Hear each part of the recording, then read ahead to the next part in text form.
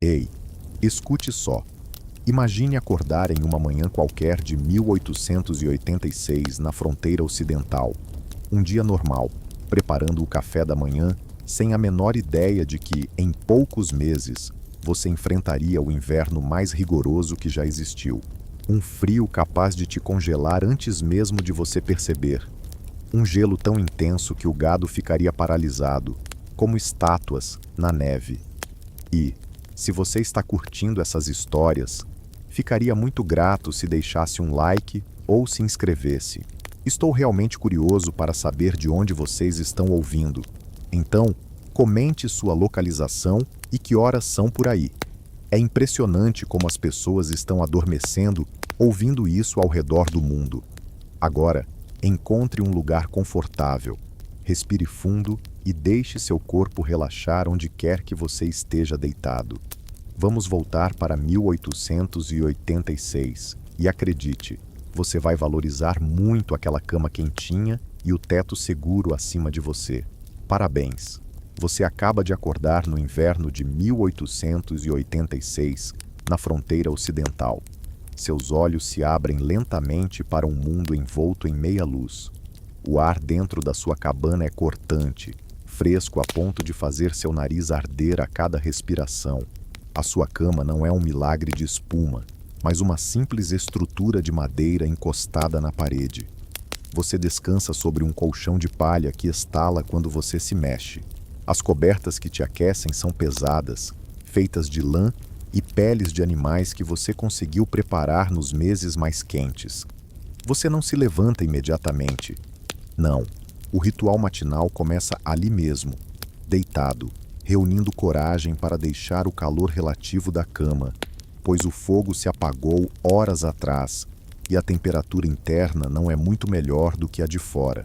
As janelas, se você teve a sorte de ter vidro e não apenas papel envernizado, estão completamente cobertas de gelo. Lindos padrões de gelo se formaram durante a noite, uma arte da natureza que, embora bonita, serve como um lembrete do frio intenso. Na penumbra, você vê sua respiração se transformando em nuvens diante do seu rosto. Você estende uma mão para fora das cobertas e se arrepende imediatamente. O ar parece quase cortante. Não é apenas frio, é um frio que morde. Ele ataca sua pele exposta, fazendo-a arder antes de adormecer rapidamente. Finalmente, sabendo que adiar não tornará a tarefa mais fácil, você joga as cobertas para o lado e rapidamente veste as roupas que guardou na cama durante a noite. Você aprendeu essa estratégia meses atrás. Manter as roupas de amanhã ao pé da cama significa que elas não estarão congeladas ao vestir. Inteligente, não? Os pioneiros tinham todos os tipos de truques assim. Seus pés tocam o chão de tábuas, e você sente até mesmo através das meias de lã. O frio do chão envia um choque pelas pernas. Hora de acender aquele fogo. Começar um fogo pela manhã é uma corrida contra o congelamento. As pessoas levavam isso a sério. Era uma questão de sobrevivência, não de conforto. Você corre até o pequeno fogão de ferro no canto da cabana. As cinzas da noite anterior estão frias, mas você se preparou para isso. Ao lado do fogão, uma pequena pilha de gravetos, tiras finas de madeira e, se tiver sorte, um pouco de grama seca ou papel. Mais importante, você manteve um recipiente de fósforos por perto, talvez até no bolso enquanto dormia, para mantê-los secos. Com os dedos começando a ficar rígidos pelo frio, você organiza os gravetos, adiciona alguns galhos maiores e risca um fósforo. A pequena chama parece incrivelmente delicada frente ao imenso frio ao seu redor, mas você a envolve com suas mãos, protegendo-a como um verdadeiro tesouro. Os invernos do Velho Oeste têm uma forma especial de mostrar o que realmente importa, e no final das contas, o fogo é sinônimo de vida. Quando a lenha pega, uma onda de alívio invade você. Então, você acrescenta algumas lascas menores e, por fim, troncos maiores. O fogão de ferro fundido começa a esquentar. Primeiro, é apenas o metal que se aquece, mas logo o calor começa a se espalhar pela cabana. Pode demorar um pouco até que o ambiente se torne minimamente confortável, mas a esperança já surge. E aqui é onde a história fica interessante. Você provavelmente está pensando em toras de madeira, certo? E claro, se vivesse perto de florestas, seria isso que usaria. Contudo, nas vastas grandes planícies, árvores eram uma raridade. Então, adivinha o que as pessoas utilizavam no lugar? Fezes de búfalo. Sim, é exatamente isso, estrume seco de búfalo. E quando os búfalos foram quase exterminados, as fezes de vaca assumiram o seu lugar. Para nós, isso pode parecer repugnante, mas era uma solução brilhante. Quando secas, essas fezes queimavam quente e de forma constante, quase sem odor. Estavam disponíveis em abundância nas planícies, prontas para serem coletadas. Podiam ser armazenadas com facilidade e eram essenciais quando a árvore mais próxima estava a milhas de distância. Você abre a pequena porta do fogão e, com cuidado, adiciona algumas fezes de búfalo ao fogo que cresce. Elas pegam rapidamente e logo o fogão se aquece consideravelmente. Você aproxima as mãos, sentindo o calor voltar a seus dedos congelados. O alívio é indescritível, como quando você volta para casa após um dia gelado e envolve suas mãos em uma caneca quente de café. É um prazer simples sentir a vida aquecendo seus membros frios. Do lado de fora, a escuridão ainda domina. O sol só vai aparecer em mais 1 hora ou mais. Os dias de inverno aqui são curtos, oferecendo pouco tempo de luz para realizar tudo o que precisa ser feito. E sempre há tanto a fazer só para sobreviver. Sua cabana não é grande nem luxuosa. A maioria não era. Estamos falando de aproximadamente 4 por 5 metros, mais ou menos o tamanho de um quarto moderno. Um espaço multifuncional, onde você cozinha, come, dorme e, em dias de clima severo, realiza tarefas internas. As paredes são de troncos. Se você estiver em uma área arborizada, as frestas são preenchidas com barro, musgo ou argila, o que quer que esteja disponível para manter o vento do lado de fora. Ou talvez você viva em uma casa de barro, uma sode. Nas planícies desprovidas de árvores, muitos colonos construíram suas habitações com blocos de grama da pradaria cortados do solo. Essas paredes grossas, feitas de terra e raízes empilhadas como tijolos, eram, na verdade, ótimos isolantes, mantendo o interior mais fresco no verão e mais quente no inverno do que uma cabana de madeira exposta ao vento. Contudo, elas tinham seus desafios. A terra frequentemente se infiltra pelo teto. Insetos e até cobras podiam fazer moradia nas paredes, e uma chuva forte poderia começar a desmanchar sua casa. Enquanto você se move pela cabana, se preparando para o dia, vê uma pequena mesa, talvez um banco ou um tamborete, e talvez um baú, onde guarda suas poucas roupas e itens pessoais. As janelas são minúsculas, o vidro era caro e difícil de transportar, e cada janela é um ponto onde o calor precioso pode escapar. Algumas cabanas não tinham janelas, apenas uma porta, e quem sabe, um buraco no teto para deixar a fumaça sair. Falando nisso, conforme o fogo realmente começa a crescer, uma leve névoa de fumaça começa a preencher a cabana. Nenhum chaminé é perfeito, especialmente aqueles feitos às pressas nas cabanas dos pioneiros. No entanto, você já se acostumou com isso. Um pouco de fumaça vale a pena para evitar o congelamento. O fogão já está quente o suficiente para cozinhar, e você coloca uma panela de ferro fundido sobre ele. Dentro, há água, provavelmente tirada de um riacho próximo ou derretida da neve, junto com alguns feijões secos que passaram a noite de molho. Se tiver a sorte de encontrar, você adiciona um pequeno pedaço de carne de porco salgada. Assim, inicia-se o café da manhã. O cozimento pode levar um tempo, mas isso não é problema. Há tarefas a serem feitas. Você se veste com mais camadas antes de sair. Manter-se aquecido não se resume apenas a um bom casaco. É tudo sobre camadas estratégicas. Começa com a roupa íntima longa, os long johns, feitos de lã ou flanela, que envolvem seu corpo do tornozelo até o pulso, criando uma camada de ar quente contra a pele. Depois, você coloca uma camisa pesada, provavelmente de flanela ou lã. A lã é o tecido essencial para a vida na fronteira. Ela mantém você aquecido mesmo quando molhada, o que é crucial quando o suor ou a neve podem encharcar suas roupas.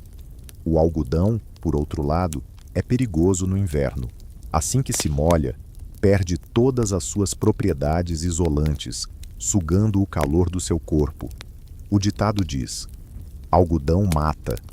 Sobre a camisa, você usa um colete de lã, que proporciona proteção extra ao tronco. Em seguida, um casaco ou jaqueta grossa de lã. Nas pernas, calças pesadas de lã, muitas vezes com chapes de couro por cima, caso você vá montar. Nos pés, várias meias de lã e robustas botas de couro, impermeabilizadas com cera de abelha ou gordura animal. Para as mãos, luvas de dedo são mais eficazes do que as luvas comuns, pois cada dedo ajuda a aquecer os outros, em vez de ficarem isolados. E, por último, um chapéu. Uma quantidade enorme de calor corporal se perde pela cabeça. Então os colonos sempre saíam de chapéu no inverno.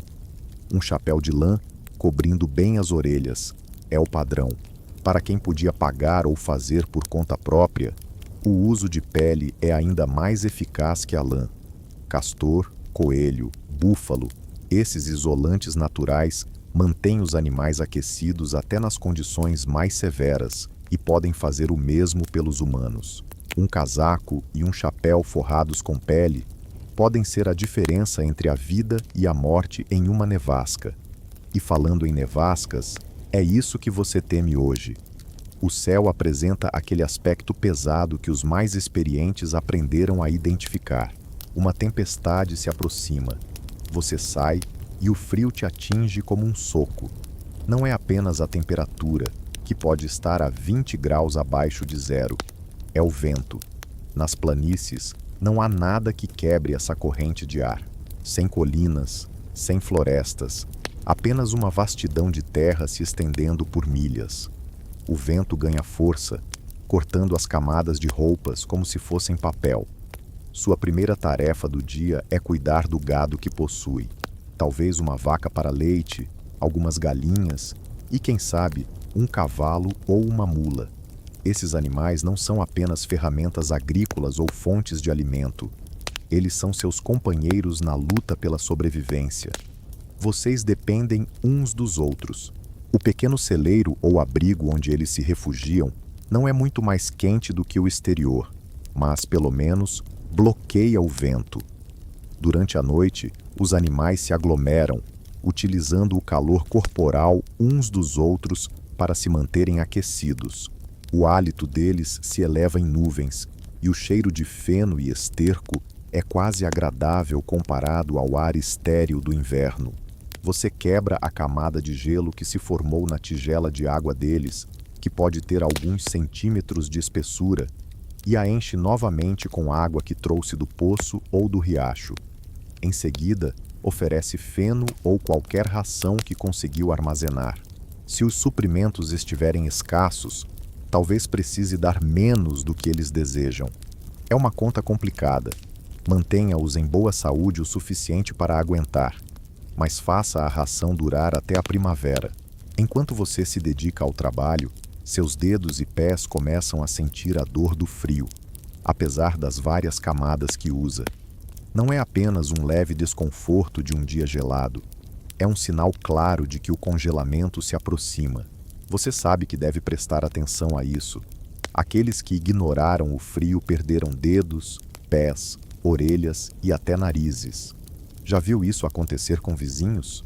A carne queimada que não cicatriza, não é mesmo? Então, você retorna para o calor acolhedor do seu fogão. O café da manhã está sendo preparado, preenchendo a cabana com o aroma rico de feijão e carne suína. Você come rapidamente, em pé ao lado do fogão. A refeição quente aquece seu interior, proporcionando a energia necessária para as horas que estão por vir. Do lado de fora, o vento ganha força, empurrando flocos de neve e gelo que queimam ao tocar a pele exposta. É hora de se preparar para o que está por vir.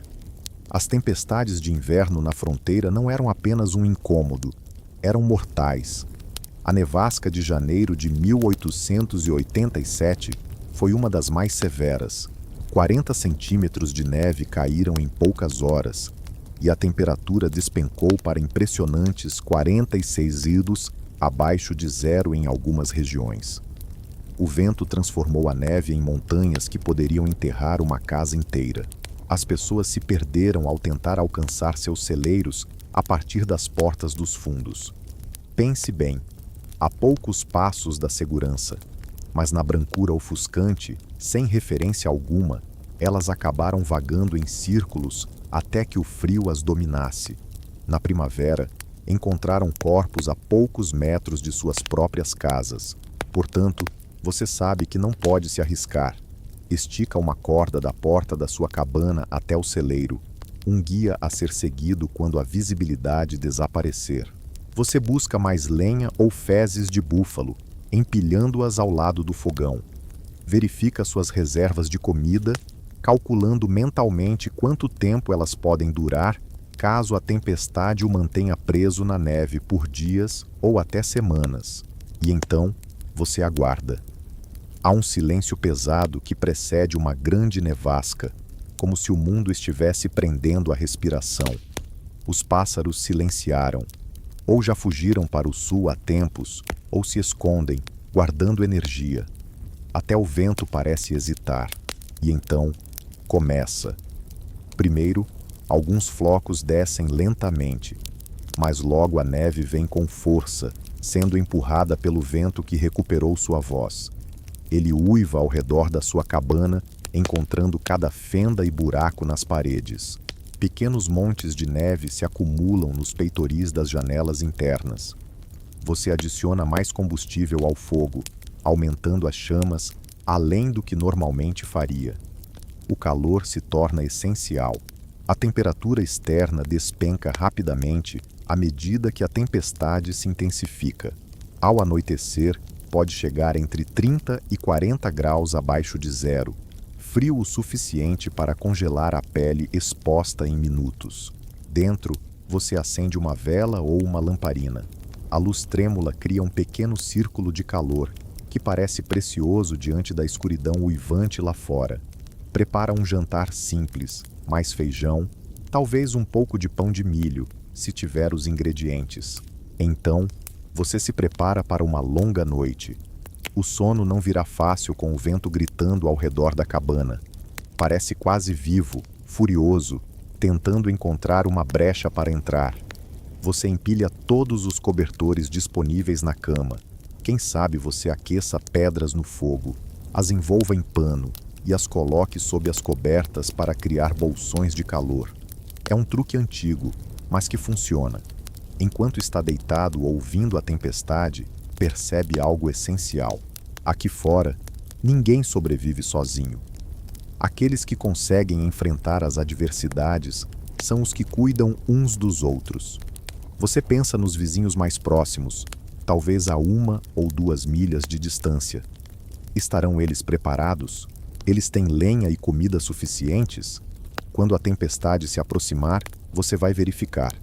Era assim que as pessoas agiam. As comunidades se uniam, trocando recursos, saberes e esforços. Construções de celeiros, colheitas, erguendo casas. Esses eram momentos de cooperação coletiva, onde todos davam sua contribuição. Esse mesmo espírito ajudou as pessoas a enfrentar os invernos rigorosos. Se alguém ficasse sem comida ou combustível, outros compartilhavam o que tinham, não por caridade, mas porque sabiam que na próxima vez poderiam ser eles a precisar de ajuda. E esse era o verdadeiro segredo para sobreviver ao frio cortante do Velho Oeste, o calor da conexão humana. As pessoas se reinventavam, se adaptavam e enfrentavam desafios imensos, mas raramente o faziam sozinhas. Enquanto você se acomoda em sua cama, encontrando aquele ponto quente perfeito, sente seus músculos relaxarem, mesmo com a fúria da tempestade lá fora. O contraste torna seu conforto ainda mais doce. O frio intenso e mortal está a poucos centímetros das suas paredes, enquanto você se envolve no calor que suas próprias mãos criaram. Sua respiração se torna mais calma ao imaginar aqueles primeiros colonos, agasalhados em lã e peles, reunidos em volta de fogões de ferro enquanto as nevascas rugiam lá fora. Existe algo profundamente reconfortante na resiliência humana, na nossa capacidade de criar refúgios em ambientes hostis. Você se move suavemente, se ajustando enquanto o vento continua sua canção antiga do lado de fora da sua janela, grato pelas paredes sólidas que o protegem dos elementos. A manhã chega lentamente após uma noite de frio cortante. A nevasca se transformou em uma queda de neve constante, menos intensa, mas não menos traiçoeira.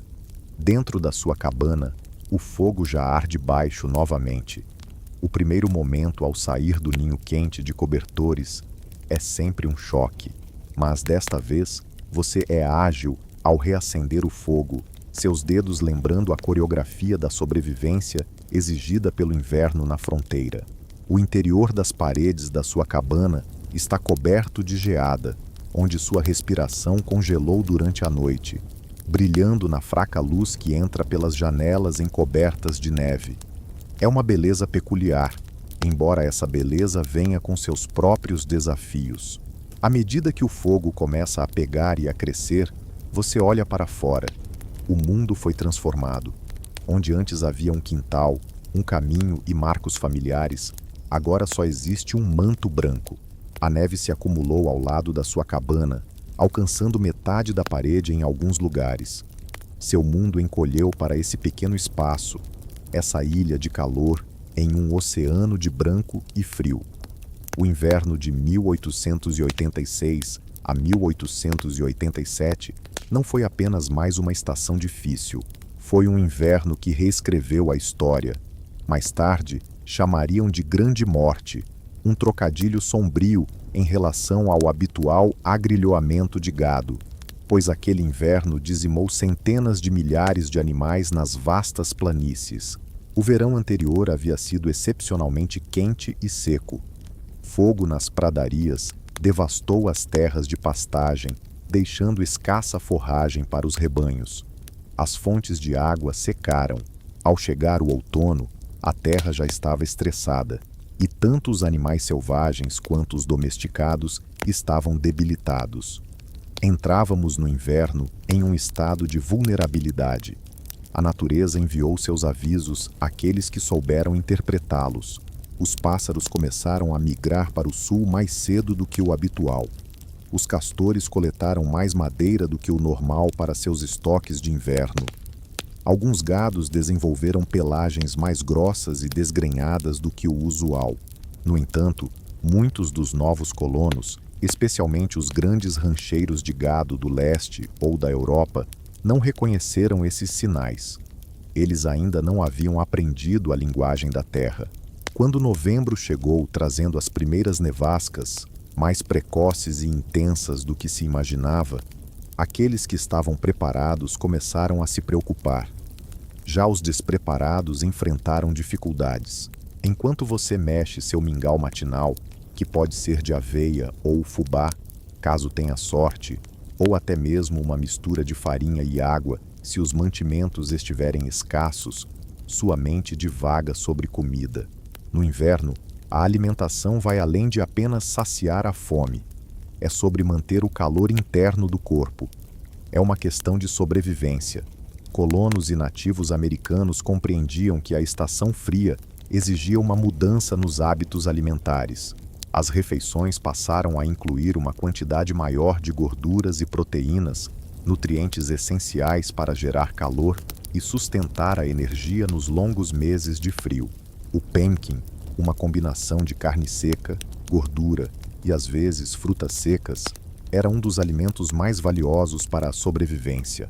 Criado pelos povos indígenas e adotado por comerciantes de peles e colonos, fornecia uma nutrição densa e duradoura, capaz de sustentar uma pessoa até nas condições mais adversas. Seus próprios estoques de inverno poderiam conter carnes curadas, carne de porco salgada, carne defumada de veado, carne seca, além de vegetais de raiz como batatas, nabos e cenouras, armazenadas em porões ou, em situações de emergência, enterradas, em caixas com palha sob a cama para não congelarem.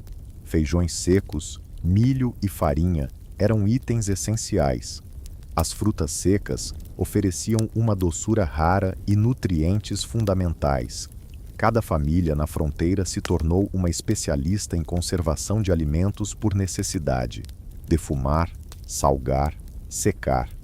Essas não eram apenas atividades artesanais como são hoje, mas habilidades vitais para afastar a fome quando os alimentos frescos se tornavam escassos. Enquanto o fogo arde, aquecendo o pequeno espaço da sua cabana, você adiciona um pouco do precioso café a uma panela com água, se tiver. Essa bebida amarga valia seu peso em ouro no inverno, não apenas pelo calor que proporcionava, mas pela explosão de energia que trazia. Se o café estiver em falta, você pode preparar um chá de agulhas de pinheiro.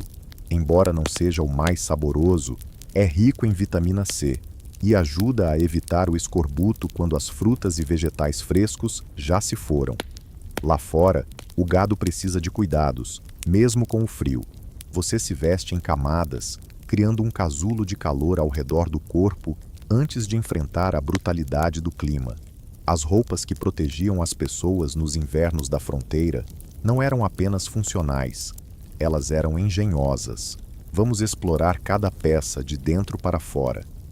Perto da pele, você usa uma roupa de baixo longa, popularmente conhecidas como long johns. Não eram os térmicos leves que temos hoje, mas sim grossos, muitas vezes feitos de lã ou flanela, cobrindo você do tornozelo ao pulso. Podiam ser uma peça única, um macacão com uma aba de botão nas costas, ou duas peças separadas. De qualquer forma, formavam essa camada inicial de isolamento ao redor do corpo. O tecido dos seus long johns é crucial. O algodão, na verdade, é arriscado no inverno. Uma vez molhado pelo suor ou pela neve, perde suas propriedades isolantes e retira calor do corpo. Já a lã, por outro lado, mantém a maior parte de sua capacidade de isolamento mesmo quando úmida. Ela também afasta naturalmente a umidade da pele, mantendo você mais seco e, consequentemente, mais quente. Sobre os long johns, você coloca uma camisa, provavelmente de flanela ou lã. As mulheres podem optar por um vestido pesado com várias saias para uma camada extra. Os homens frequentemente adicionavam um colete de lã, proporcionando uma proteção adicional para os órgãos vitais do corpo. E, por fim, um casaco ou jaqueta pesada. Embora a lã fosse comum, a pele era uma opção superior se disponível. Os casacos de búfalo eram especialmente valorizados por seu calor excepcional. A pele exposta, o castor, o coelho, todos eles se tornavam ótimas opções para o vestuário de inverno. Um casaco de pele, quando bem tratado, podia durar por muitas décadas. Para as pernas, os homens optavam por calças de lã grossa, frequentemente acrescentando uma camada extra nos dias mais gelados. Os cowboys costumavam usar chaparral de couro, não aqueles decorativos que se vêem em rodeios atualmente, mas sim coberturas funcionais que ofereciam proteção contra o vento, arbustos e frio. Os chaparral mais quentes eram feitos de lã com peles de cabra angorá, mantendo a pelagem intacta. Esses chaparral peludos eram essenciais para um cavaleiro suportar longas horas na sela em condições congelantes. Os pés recebiam cuidados especiais, pois a frostbite geralmente atacava as extremidades primeiro. Usavam várias camadas de meias de lã, seguidas de botas de couro robustas, impermeabilizadas com cera de abelha ou gordura animal. Alguns optavam por envolver os pés com pedaços de pano, criando uma barreira extra de isolamento. As mãos eram protegidas por luvas, sempre que possível, já que manter os dedos juntos ajudava a conservar calor. As melhores luvas tinham pelo por fora e lã por dentro, com longas manoplas que se estendiam até os antebraços, evitando que a neve entrasse nos pulsos. E por fim, o chapéu. Uma grande quantidade de calor corporal se perde pela cabeça, então ninguém saía desprotegido no inverno. Chapéus de pele com abas para as orelhas eram perfeitos. Alguns acrescentavam um cachecol de lã ao redor do rosto e pescoço, criando uma espécie de balaclava rudimentar. Completamente agasalhado para o inverno, um colonizador da fronteira parecia um verdadeiro pacote ambulante de peles e lã. Não era nada estético ou prático. As camadas dificultavam a movimentação, e realizar tarefas delicadas se tornava um desafio com as mãos enluvadas, mas esse esforço era vital para a sobrevivência. Ao terminar de se vestir, você se prepara para a rajada de frio ao abrir a porta da cabana. Mesmo esperando por isso, a intensidade é surpreendente. O ar é tão gelado que parece sólido, como se você estivesse tentando empurrar através dele, em vez de simplesmente se mover. Sua respiração se condensa em cristais de gelo, formando-se em sua barba ou no cachecol.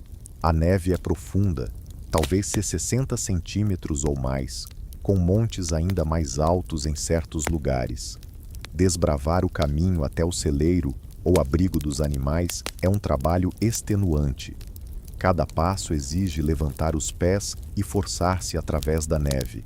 Após apenas alguns metros, você já está ofegante e suando sob todas aquelas camadas, o que é realmente perigoso. O suor pode congelar na pele assim que você para, rapidamente retirando o calor do seu corpo. Para se preparar para isso, você estendeu uma corda guia da sua cabana até o abrigo dos animais. Quando a visibilidade fica ruim e a desorientação pode ser fatal, segurando uma mão enluvada na corda, você avança. Os animais o recebem com respiração quente e movimentos agitados. Assim como você, eles estão famintos, sedentos e presos às intempéries. Sua primeira tarefa é quebrar o gelo no bebedouro, que pode ter formado uma camada de alguns centímetros após uma noite de temperaturas negativas. Em seguida, você distribui feno ou ração, medindo cuidadosamente para que dure até a primavera. E em um inverno como o de 1886-87, a primavera pode demorar a chegar. Para os grandes pecuaristas das planícies, aquele inverno foi devastador. Antes de 1886, a indústria de gado operava principalmente em pastagens abertas, onde vastas manadas vagavam livremente, engordando-se com as abundantes gramíneas nativas. Os pecuaristas simplesmente soltavam o gado, reuniam-no para a marcação na primavera e coletavam o que podiam para o mercado no outono. Esse sistema funcionou adequadamente em invernos amenos, quando a grama era farta. No entanto, quando o clima se tornou severo, as condições propícias para um desastre foram criadas. O gado, solto ao ar livre, não tinha abrigo contra as tempestades de neve, nem alimentos complementares quando a grama estava coberta pela neve, e se viu sem rumo quando as temperaturas despencaram. O inverno de 1886 a 1887 transformou a pecuária para sempre. Milhares de animais morreram, congelados onde estavam, empilhados contra cercas enquanto tentavam se proteger do vento, ou simplesmente sucumbindo à fome ao não conseguirem alcançar a comida sob a neve profunda. Na primavera, as carcaças cobriam as planícies e o odor que surgia ao descongelar era insuportável. Rios estavam repletos de animais mortos, arrastados pela correnteza do degelo. Pecuaristas que antes eram prósperos no outono enfrentaram a falência na primavera. Theodore Roosevelt, que possuía um rancho no território de Dakota, perdeu mais da metade de seu rebanho e descreveu suas perdas como devastadoras. A era dos pastos abertos chegou ao fim. Após aquele inverno rigoroso, os pecuaristas que permaneceram no negócio ajustaram suas práticas, mantendo rebanhos menores, cultivando seu próprio feno para o inverno e construindo cercas e abrigos. A imagem romântica de rebanhos extensos, vagando livremente por planícies infinitas, foi substituída pela realidade prática da pastagem controlada e da preparação para o inverno. Depois de cuidar dos animais, você volta para a cabana, guiado pela corda. O trabalho físico aqueceu seu corpo, mas também deixou você cansado. O inverno é cansativo. Cada tarefa demanda mais energia, mais planejamento e mais atenção. Ao chegar em casa, você se despede das camadas externas, pendurando as próximas, mas não tão perto do fogão, para secar. Qualquer umidade da neve ou do suor precisa evaporar antes que você as vista novamente. Os dias de meio inverno se desenrolam em um ciclo de tarefas essenciais, mantendo o fogo aceso, derretendo neve para conseguir água caso seu poço ou riacho esteja congelado. Talvez seja a hora de fazer reparos ou artesanato dentro de casa, consertando arreios, produzindo velas, tricotando meias quentes, preparando refeições e sempre, sempre observando o céu, o vento e os sinais sutis que revelam o que o tempo pode trazer a seguir. O inverno alterou radicalmente as rotinas diárias. As pessoas organizavam suas tarefas ao ar livre para o período mais quente do dia, geralmente entre 10 Hz e 14 Hz. O trabalho pesado era minimizado para conservar energia, especialmente quando a comida poderia ser escassa. As viagens eram evitadas, exceto em situações de emergência. Contudo, o inverno também forjou um novo tipo de comunidade. Isolados em suas cabanas ou propriedades, os colonos não podiam se reunir fisicamente com frequência, mas tornaram-se mais interdependentes. Se alguém ficava sem comida ou combustível, os vizinhos compartilhavam o que tinham. Após as tempestades, as pessoas se preocupavam umas com as outras, às vezes abrindo passagem pela neve para alcançar cabanas encobertas. Para muitas tribos nativas americanas, o inverno era um tempo tradicional de reunião comunitária, contação de histórias e transmissão de saberes culturais. Famílias extensas se reuniam, compartilhando recursos e proteção. A contagem do inverno, uma narrativa pictórica da tribo registrada em pele de búfalo, era apresentada, com novos eventos adicionados, conectando cada geração àquelas que vieram antes. O inverno também demandava adaptações mentais. Os dias curtos, as longas noites e o isolamento social podiam levar ao que os colonos chamavam de febre da cabana, trazendo inquietação, irritabilidade e, em alguns casos, depressão mais grave ou até psicose. Aqueles que se adaptavam encontravam maneiras de manter a mente ocupada: leitura, artesanato, música, jogos e contação de histórias. A tarde se inicia com uma leve transformação no clima. A intensa nevasca começa a dar uma trégua e, em alguns momentos, as nuvens se abrem o suficiente para que a luz do sol, suave e diluída, consiga penetrar. Não é exatamente um fim da tempestade, mas sim um alívio temporário. Aproveitando essa leve melhora, você decide explorar os arredores, verificar como está o telhado da sua cabana sob o peso da neve, se há acúmulos que possam obstruir caminhos essenciais e o estado do seu estoque de lenha. O mundo lá fora está completamente transformado, emanando uma beleza peculiar. A neve suavizou todas as arestas, escondendo os marcos familiares sob seu manto branco, que brilha à luz filtrada como se fossem pequenos diamantes. O ar, quando não é agitado pelo vento, exibe uma clareza e tranquilidade quase sobrenaturais, algo raro nos dias de hoje. O silêncio é profundo, interrompido apenas pelo ocasional estalo de galhos pesados de neve ou o canto distante de um pássaro resistente ao inverno.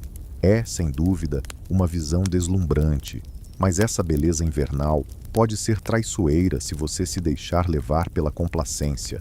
Muitos colonos relataram o efeito hipnótico de certas condições de inverno, onde a paz e a beleza os convidavam a descansar um momento na neve. Mas ceder a esse impulso frequentemente significava nunca mais se levantar. O frio pode entorpecer os sentidos, desacelerando seu coração e respiração, levando você de um sono profundo à morte. Assim, você admira rapidamente a paisagem encantadora antes de se refugiar novamente na segurança da sua cabana. Dentro dela, você acrescenta mais lenha ao fogo e começa a pensar no jantar.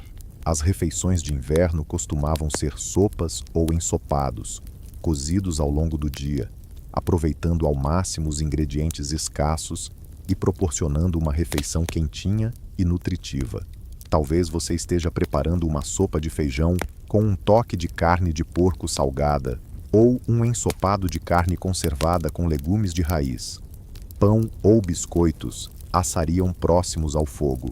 Se tiver banha ou sebo, você pode espalhar essa gordura animal derretida sobre o pão, uma fonte densa de calorias para aquecer seu corpo. O curto dia de inverno já se despede, dando lugar ao crepúsculo. Você acende uma vela ou uma lamparina, sua pequena chama criando um círculo de luz dourada, um tesouro precioso diante da escuridão que se aproxima lá fora. A luz artificial é rara e valiosa na fronteira. As velas, muitas vezes feitas em casa de sebo ou cera de abelha, e o óleo das lamparinas poderia ser de baleia, querosene ou gordura animal derretida.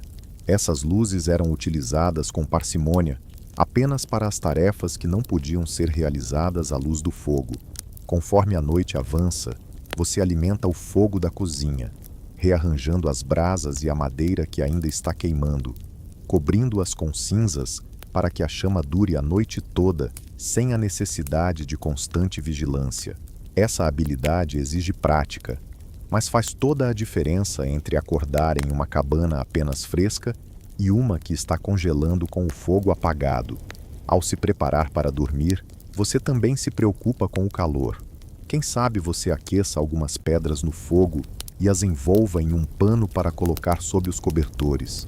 Alguns colonos enchiam jarras com água quente para o mesmo propósito. A cama é arrumada com cuidado. Várias camadas de cobertores para distribuir o peso de forma equilibrada, talvez colocando os mais macios em contato com a pele e os mais pesados por cima. Enquanto se acomoda para a noite, seus pensamentos podem vagar em direção à primavera. Embora pareça uma eternidade neste mundo gelado, você sabe que ela, eventualmente, chegará. A neve vai derreter, a grama vai florescer e a vida retomará seu lugar na paisagem que estava adormecida.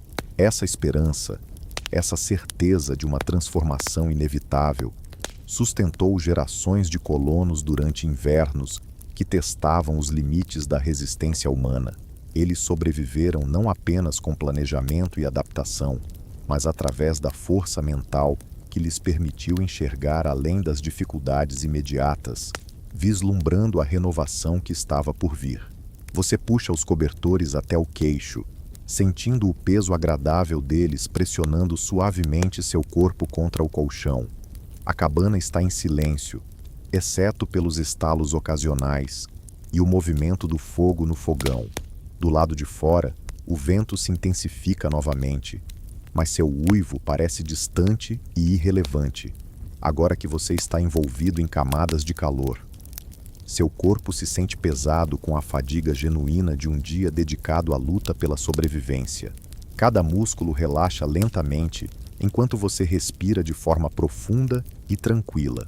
Há uma satisfação profunda em ter superado mais um dia rigoroso de inverno, em ter mantido o fogo aceso, alimentado os animais e protegido seu pequeno refúgio contra a imensidão do frio que impera lá fora. À medida que sua respiração se torna mais lenta, você observa o fraco brilho laranja do fogo visível através das frestas da porta do fogão. Essa luz tênue é um símbolo de engenhosidade e perseverança humanas. A capacidade de gerar calor e segurança, mesmo nos lugares mais hostis. Você se mexe levemente, buscando aquela posição perfeita de conforto, sentindo seus ombros relaxarem e sua mandíbula se soltar, enquanto a escuridão tranquila de uma noite na fronteira se instala ao seu redor como um velho amigo. A nevasca estabelece um ritmo nos dias que se seguem. Às vezes, irrompe com uma fúria renovada. Outras, alivia o suficiente para permitir breves escapadas ao ar livre. Dentro da sua cabana, você também se adapta a esse novo ritmo. As duras realidades do inverno impõem uma simplicidade à vida diária que traz um conforto peculiar. A manhã chega com a rotina agora familiar. O choque do ar gelado ao sair da cama quente, a cuidadosa reconstrução do fogo, as camadas de roupas, o trajeto para cuidar dos animais, a vigilância constante contra o frio que se espreita do lado de fora, paciente e faminto. Mas hoje, algo está diferente. Ao sair, você percebe que o vento cessou completamente. O ar ainda é brutalmente frio, e seu hálito se congela instantaneamente em sua barba ou cachecol. No entanto, a ausência do vento confere um ar quase pacífico ao ambiente. A paisagem coberta de neve se estende em suaves ondulações e depressões, reluzindo sob um céu que finalmente se abriu para um azul distante e suave. Neste momento de calma relativa, você decide visitar seus vizinhos mais próximos. Nas propriedades isoladas da fronteira, os vizinhos podem estar a quilômetros de distância, mas os laços entre eles muitas vezes são mais fortes do que em áreas mais povoadas. A sobrevivência no inverno depende tanto da comunidade quanto da preparação individual. Você atrelou seu cavalo ao trenó ou carroça, se tiver a sorte de possuir um. Caso contrário, pode sair a cavalo ou até mesmo a pé, embora distâncias que pareciam fáceis no verão se tornem jornadas traiçoeiras no inverno. De qualquer forma, você se veste com suas camadas mais quentes, embala um pouco de comida e um cobertor. Ficar preso entre destinos pode ser fatal. E você parte. Abrir caminho pela neve profunda é um trabalho cansativo. Mesmo com um cavalo, o animal avança lentamente. A neve, às vezes, chega até o peito dele, enquanto o trenó ou a carroça atrás cortam um caminho que poderá ser utilizado por dias ou semanas a seguir. Você fixa o olhar em pontos de referência: uma árvore peculiar, uma pequena elevação no terreno, a fumaça saindo de uma chaminé ao longe.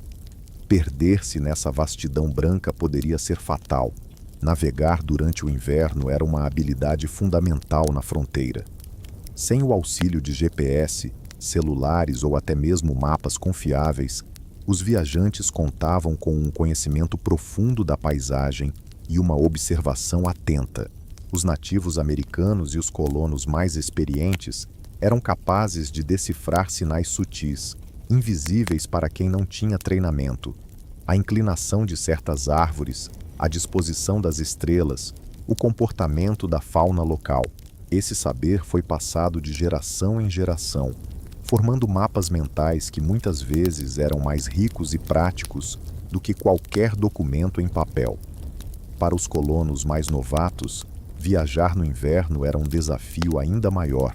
Muitos colocavam sinos nos arreios de seus cavalos, para que, se perdessem em uma súbita nevasca, o som os ajudasse a encontrar o caminho de volta para o carro ou o trenó.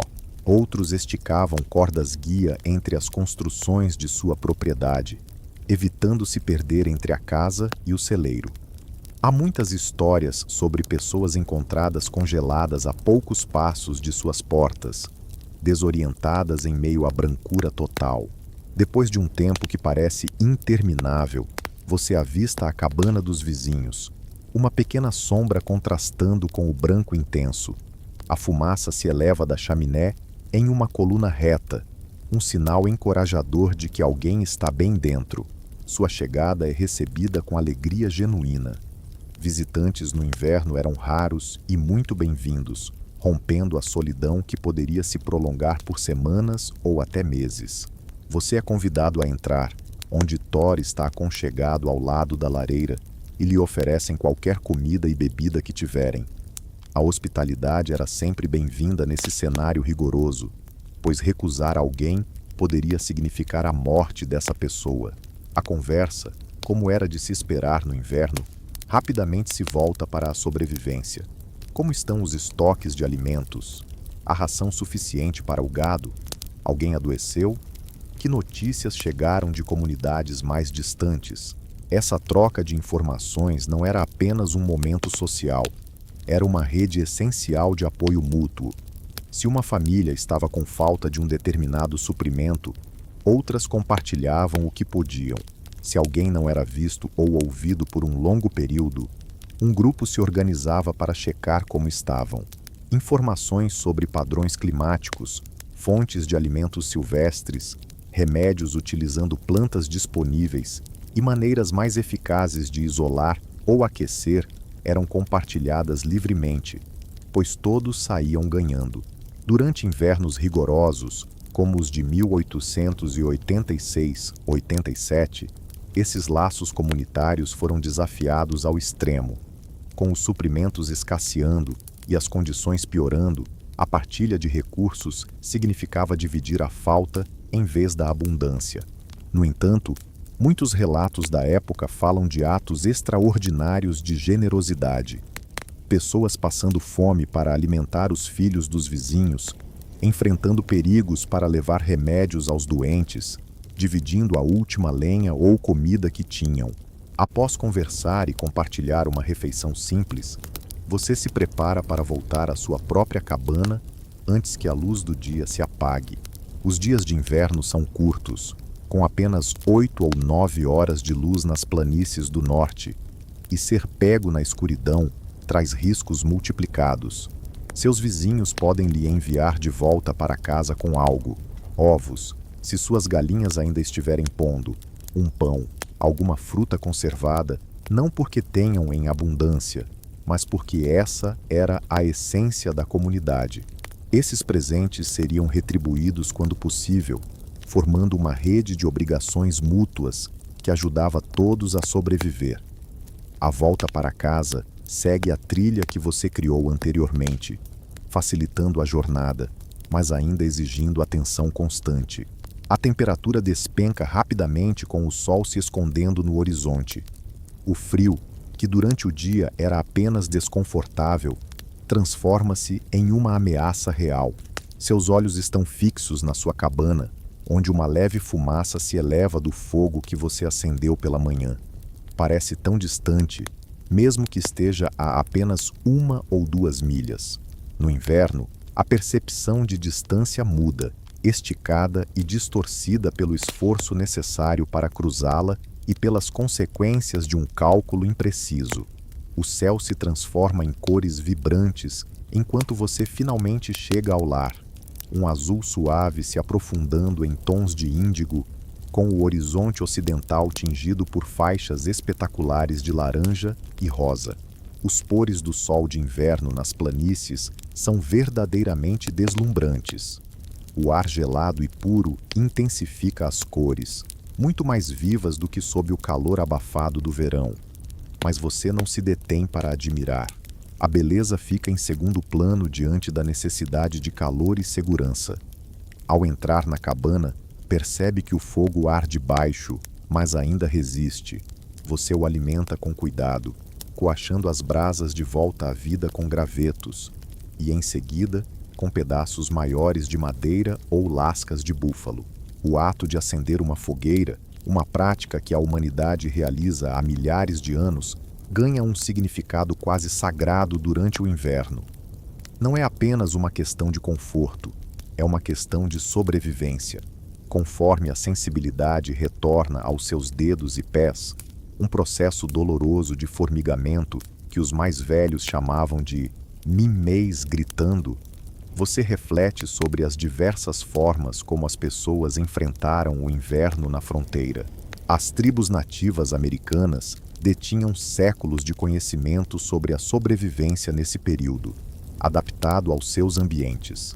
As tribos das planícies, como os Lakota, Cheyenne e Pé Preto, utilizavam tepês que eram surpreendentemente adequados para os invernos rigorosos. Feitos de pele de búfalo em vez de paredes sólidas, um tepé bem construído proporcionava um calor surpreendente. Sua forma cônica e o fogo central garantiam uma ventilação eficaz, expulsando a fumaça para fora enquanto mantinham o calor interno. A cobertura externa podia ser ajustada conforme as condições, e um forro interno criava uma camada isolante, evitando correntes de ar. No frio intenso, a borda inferior era coberta de neve para um isolamento extra.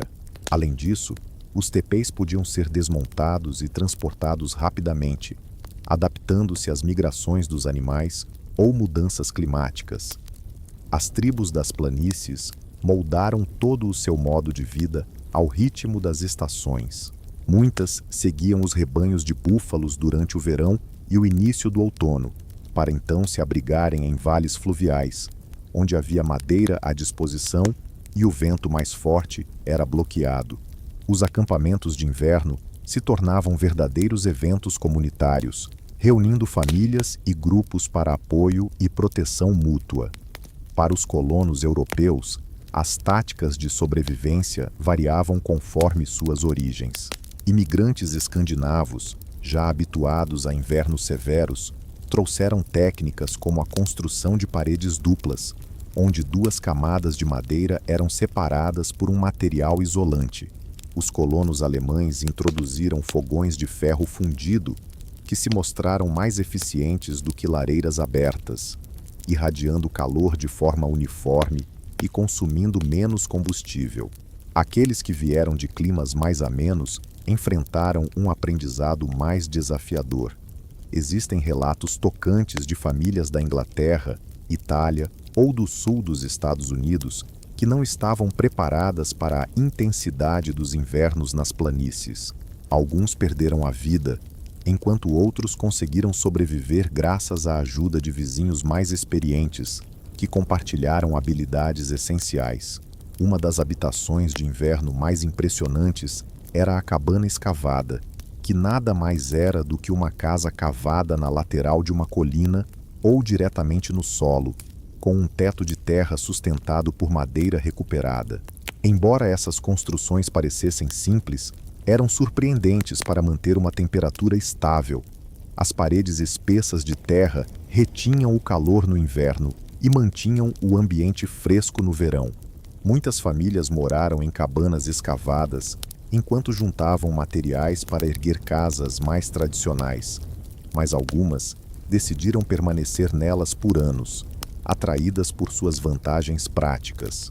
As casas de grama, construídas com blocos de turfa da pradaria, empilhados como tijolos, ofereciam benefícios semelhantes. Com paredes grossas de terra e raízes, proporcionavam um excelente isolamento.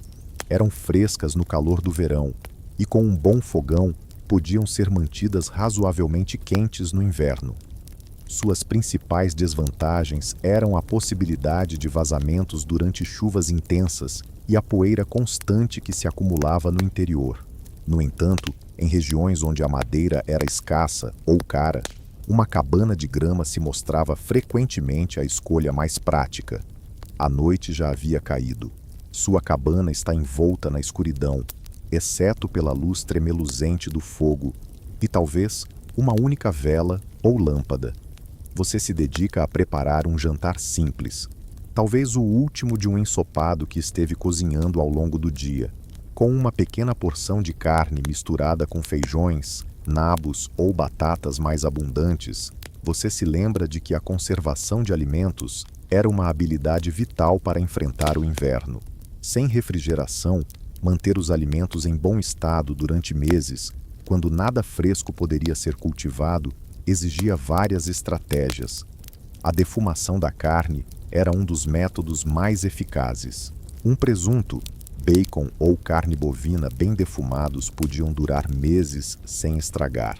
O processo começava com a cura da carne em sal, para eliminar a umidade, seguida da secagem em uma defumadora, onde ela absorvia compostos conservantes da madeira que queimava lentamente. O resultado não era apenas seguro, mas muitas vezes delicioso. A salga era outro método comum de preservação, especialmente para carne e peixe. A carne era envolvida em sal ou mergulhada em uma solução forte de salmoura.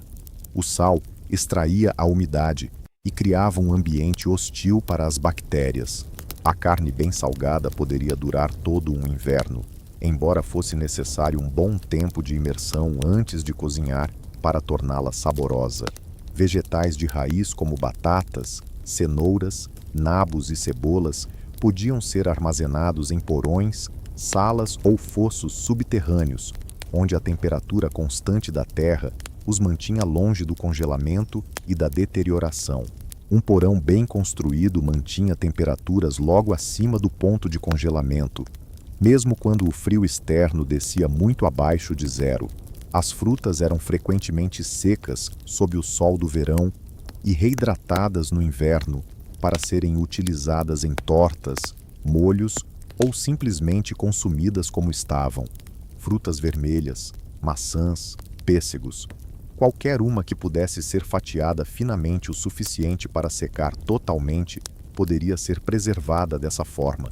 Feijões, milho e outros grãos eram secos na planta e, em seguida, armazenados em recipientes à prova de roedores.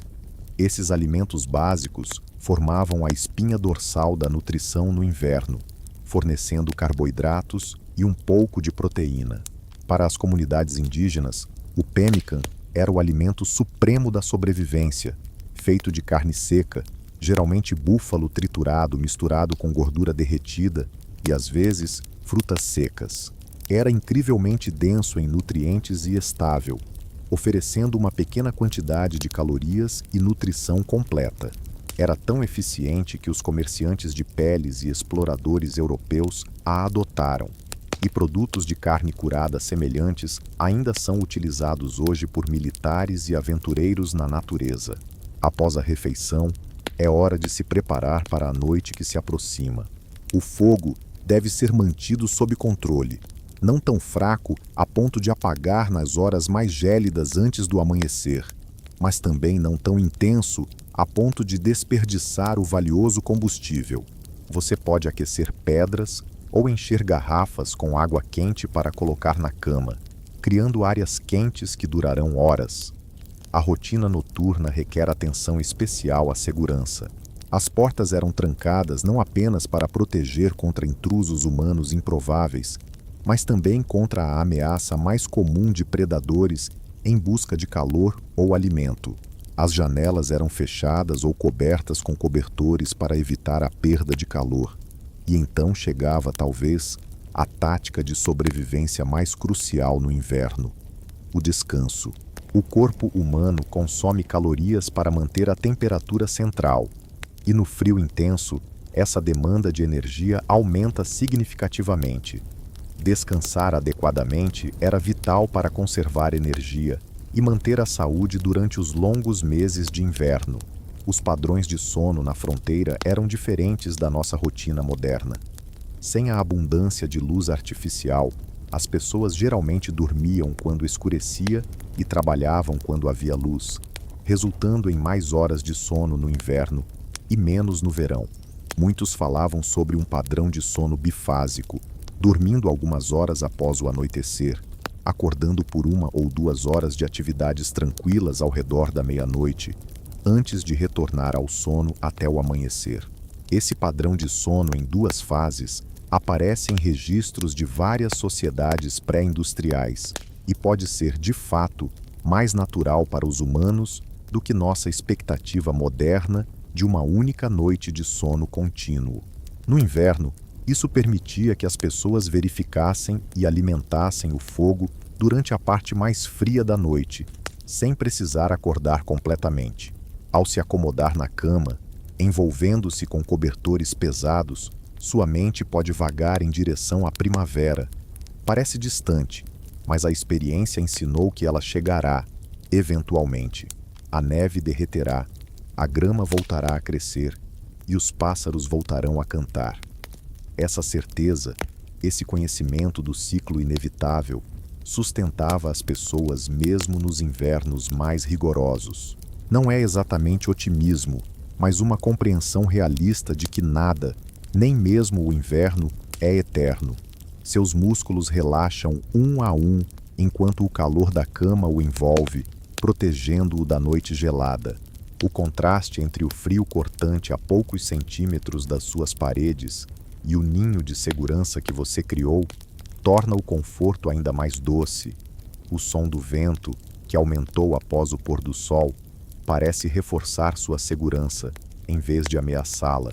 Agora, sua respiração se torna naturalmente lenta e constante, entrando e saindo.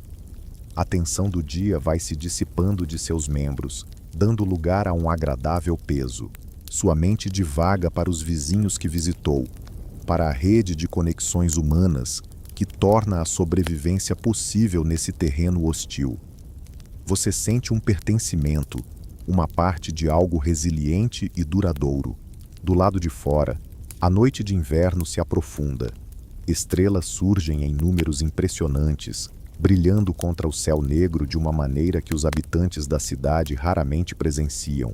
A luz do luar reflete na neve, criando uma estranha meia-luz prateada, brilhante o suficiente para projetar sombras. Suas pálpebras ficam pesadas enquanto você imagina aquele mundo silencioso e belo lá fora, continuando seus ciclos antigos enquanto você descansa, reunindo forças para o dia seguinte. Sua respiração se acalma enquanto você se entrega ao calor acolhedor. O contraste com o mundo gelado lá fora torna esse conforto ainda mais valioso. Os dias começam a se entrelaçar no compasso da luta pela sobrevivência no inverno. Cada amanhecer traz os mesmos desafios: reacender o fogo, cuidar dos animais, derreter a neve para obter água ou quebrar o gelo, e a incessante batalha contra o frio que nunca cede completamente. Contudo, dentro dessa rotina, ocorrem mudanças sutis que somente aqueles conectados à Terra conseguem notar. O sol se levanta um pouco mais cedo a cada dia e se despede alguns minutos mais tarde. A luz do dia transforma-se, ganhando intensidade, menos diluída. Essas alterações quase imperceptíveis são promessas gravadas no céu. A primavera está a caminho, mesmo que o inverno ainda mantenha firme o controle sobre a terra. Em sua cabana isolada, você criou um método para enfrentar esses longos dias e noites. Cada atividade é planejada para conservar calor e energia, enquanto se garante o necessário para viver. O fogo na sua lareira é o núcleo desse sistema. Jamais deve se extinguir completamente, sendo cuidadosamente regulado para oferecer o máximo de calor com o mínimo de combustível. Ao redor do fogão, você montou um espaço para secar. Luvas, meias e botas dispostas de modo a perder umidade sem queimar. Roupas úmidas no inverno não são apenas incômodas, mas podem ser fatais, roubando o calor vital do corpo. Em áreas mais frias da cabana, você armazena alimentos que precisam permanecer congelados. Quem sabe carne ou recipientes de leite que se transformam em um tipo de sorvete primitivo. A cabana, por sua vez, pode ser bastante compacta segundo os padrões atuais, talvez 4,5 metros para uma estrutura de um único cômodo. Nesse espaço restrito, cada item possui seu lugar e função. As camas servem como assentos durante o dia, mesas se recolhem contra as paredes quando não estão em uso, e prateleiras e ganchos otimizam o armazenamento vertical. Nesta manhã, enquanto você cumpre sua rotina, nota algo diferente lá fora. A neve formou uma fina crosta na superfície, ainda macia o suficiente para ser rompida ao pisar, mas com certeza já não é a mesma fofura dos dias anteriores. Para olhos experientes, isso é mais um indício discreto da mudança de estação. As temperaturas diurnas estão ligeiramente mais amenas, permitindo que a camada superior derreta um pouco, para depois congelar novamente à noite. Ler as condições climáticas é uma habilidade vital na sobrevivência na fronteira, especialmente no inverno, quando as situações podem se tornar perigosas em questão de horas. Antes das previsões modernas, as pessoas confiavam na observação atenta de sinais naturais, aliadas ao conhecimento passado de geração em geração, formações de nuvens, direção do vento, comportamento dos animais, e até mesmo como a fumaça se eleva das chaminés, forneciam indícios sobre o clima que se aproximava. Muitas dessas observações foram transformadas em ditados ou rimas, facilitando a memorização e a transmissão. Céu vermelho à noite, prazer dos marinheiros. Céu vermelho pela manhã, aviso aos marinheiros. Ou ainda, quando as nuvens aparecem como torres, a terra é refrescada por chuvas frequentes. A capacidade de prever o tempo não era apenas um conforto. Por vezes, era a distinção entre a vida e a morte. Saber quando apressar-se para casa antes de uma nevasca, quando colher antes de uma geada mortal, ou quando as condições eram favoráveis para viajar, poderia determinar a sobrevivência nesse ambiente implacável. Os povos indígenas, ao longo de milênios, desenvolveram sistemas sofisticados de previsão do tempo adaptados às suas regiões. Muitas tribos contavam com observadores do clima dedicados, pessoas com habilidades especiais e treinamento para interpretar os sinais da natureza. Suas previsões guiavam decisões sobre caça, coleta, deslocamentos e a construção de abrigos. Os colonizadores europeus trouxeram consigo seu próprio entendimento sobre o clima, frequentemente adaptado às condições de suas terras natais. No entanto, esse conhecimento muitas vezes exigiu ajustes ou até mesmo foi descartado ao se revelar inadequado para o novo clima da América do Norte. Com base em tentativas e, em alguns casos, erros trágicos, novas regras meteorológicas começaram a emergir, unindo a sabedoria dos nativos, as tradições dos imigrantes e as duras realidades da vida na fronteira. Você se prepara para encarar o dia, agasalhado contra o frio, movendo-se com determinação para gerar calor, mas sem suar. Os cuidados com os animais vêm em primeiro lugar.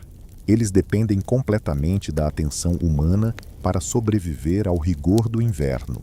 O gado, que pode incluir uma vaca leiteira, algumas galinhas e talvez um porco sendo engordado para o abate na primavera, tem seus próprios métodos de adaptação ao frio. À medida que o inverno se aproxima, os animais naturalmente desenvolvem pelagens mais espessas. Eles se agrupam para compartilhar calor e abrigo do vento sempre que possível. No entanto, os animais domesticados precisam da intervenção humana para suportar as temperaturas extremas. Os estábulos e outros abrigos devem ser preparados para o inverno com tanto cuidado quanto as casas dos humanos. Fendas são seladas para barrar correntes de ar. Pilhas de feno são acumuladas ao longo das paredes para um isolamento extra, e os bebedouros são colocados dentro, sempre que possível, para evitar que congelem. O inverno de 1886-87 foi particularmente devastador para o gado, especialmente aquele que pastava livremente.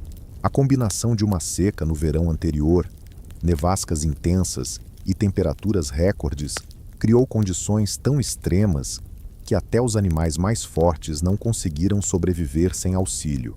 Pecuaristas que perderam milhares de cabeças durante essa catástrofe mudaram radicalmente suas práticas a partir de então. A era dos grandes rebanhos soltos e não supervisionados chegou ao fim.